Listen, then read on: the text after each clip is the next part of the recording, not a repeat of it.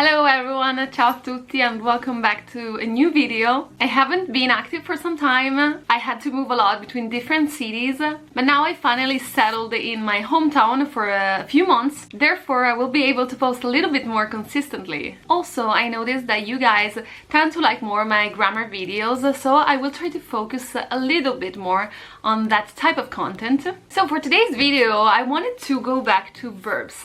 I want to talk about the three most common movement verbs that we use in Italian. Of course, there are many movement verbs, but three of them are especially used. So in today's video, I will cover these three verbs and their conjugations in the present tense and in the past tense, and I will provide you with different examples. Also, if you feel like to, you can try to make some examples yourself and write it down in the comment section. And if there's any mistake, I will be happy to correct it. Let's start with the most common Italian movement verb, andare, to go. Andare is an irregular verb and the present conjugation is this one. Io vado, tu vai, lui, lei va, noi andiamo, voi andate, loro vanno. We use this verb whenever we want to express a movement from one place to another. In the past tense, or the passato prossimo, the verb will be like this. Io sono andato, or io sono andata. Tu sei andato, or tu sei andata. Lui è andato, or lei è andata. Noi siamo andati, or noi siamo andate. Voi siete andati, or voi siete andate. Loro sono andati, or loro sono andate. As you can see, in the past tense we use the auxiliary verb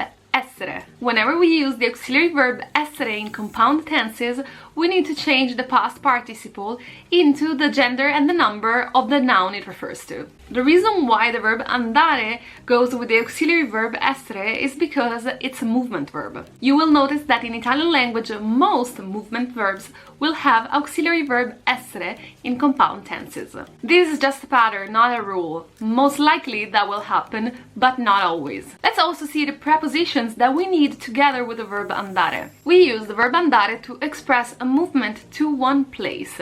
In that case, the preposition that we may need could be either a or in. For example, if we go to a city, we use andare a Roma, andare a Milano. If we go to a country, we use andare in Italia, andare in Spagna. If the verb andare is followed by an infinitive verb, then the preposition that we need is a. For example, go to work. Andare a lavorare. Andare is often used with means of transport, and in that case we'll likely use in as a preposition. Andare in treno, andare in macchina, andare in aereo. But there is one exception, which is andare a piedi, to go on foot, to go by walk. Let's now make two examples with the verb andare, one in the present, one in the past. Vado a Roma per lavoro. I go to Rome for work. L'anno scorso siamo andati in Grecia. Last year we went to Greece. Let's now move on to the second most common movement verb, which is venire. Venire means to come. It is again an irregular verb and it conjugates like this in the present tense. Io vengo, tu vieni. Lui, lei viene, noi veniamo, voi venite, loro vengono. And since it is a movement verb, we will also have the auxiliary verb to be. Let's conjugate it. Io sono venuto, or io sono venuta. Tu sei venuto, or tu sei venuta. Lui è venuto, or lei è venuta. Noi siamo venuti, or noi siamo venute. Voi siete venuti, or voi siete venute. Loro sono venuti, or loro sono venute. The verb venire refers to a movement of when you get close to somebody physically. The first preposition that we use with venire is venire da. That literally means to come from. So usually venire da is followed by a place. However, it can also be followed by a preposition a. For example, if you want to say vengo a casa tua più tardi, I come to your house later. That means you get closer to somebody's house. Therefore, we use the verb venire. On the other hand, if venire is followed by an infinitive verb, then it has a little bit of a different meaning. It is used to express purpose, and it is followed by the prepositions a or per. For example, vengo ad aiutarti. I come help you. Let's make two examples, again one in the present and one in the past, using venire. Vengo dall'Italia.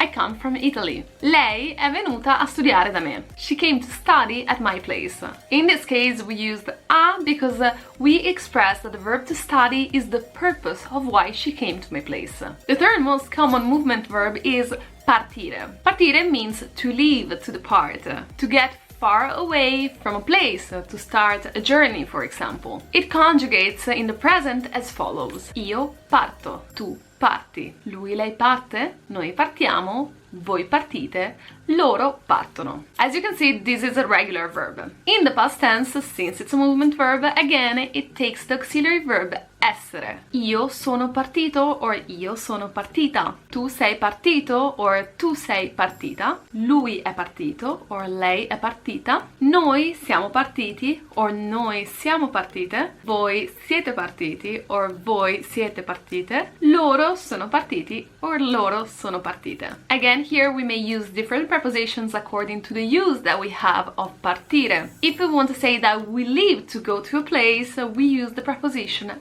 per. I will make an example in a little bit. If, on the other hand, we want to say that we leave from a place, we will use the preposition da, just like in English.